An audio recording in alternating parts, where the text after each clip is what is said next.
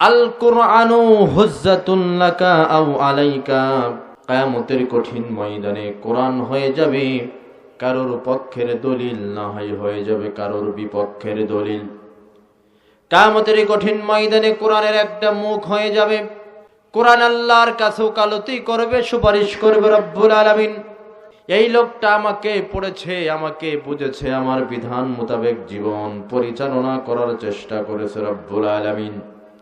আমি কোরআন এই লোকটার পক্ষে ওকালতি করছে, সুপারিশ করছে রব্বুল আলামিন। এই লোকটাকে তুমি জান্নাতে দাও আল্লাহ রব্বুল আলামিন।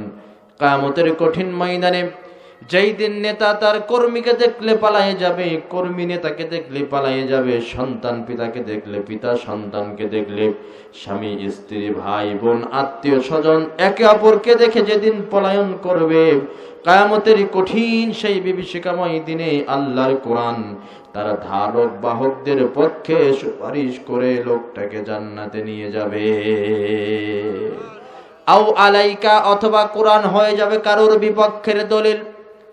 কিয়ামতের কঠিন ময়দানে কোরআন তাদের বিপক্ষে ওকালতি করবে রব্বুল আলামিন। এই লোকটা আমাকে পড়েনি, আমাকে বোঝেনি, আমার বিধান মোতাবেক ব্যক্তি জীবন, পারিবারিক জীবন, সামাজিক জীবন, রাজনৈতিক জীবন, আন্তর্জাতিক পরিমণ্ডল, অর্থনৈতিক জীবন পরিচালনা করে নাই।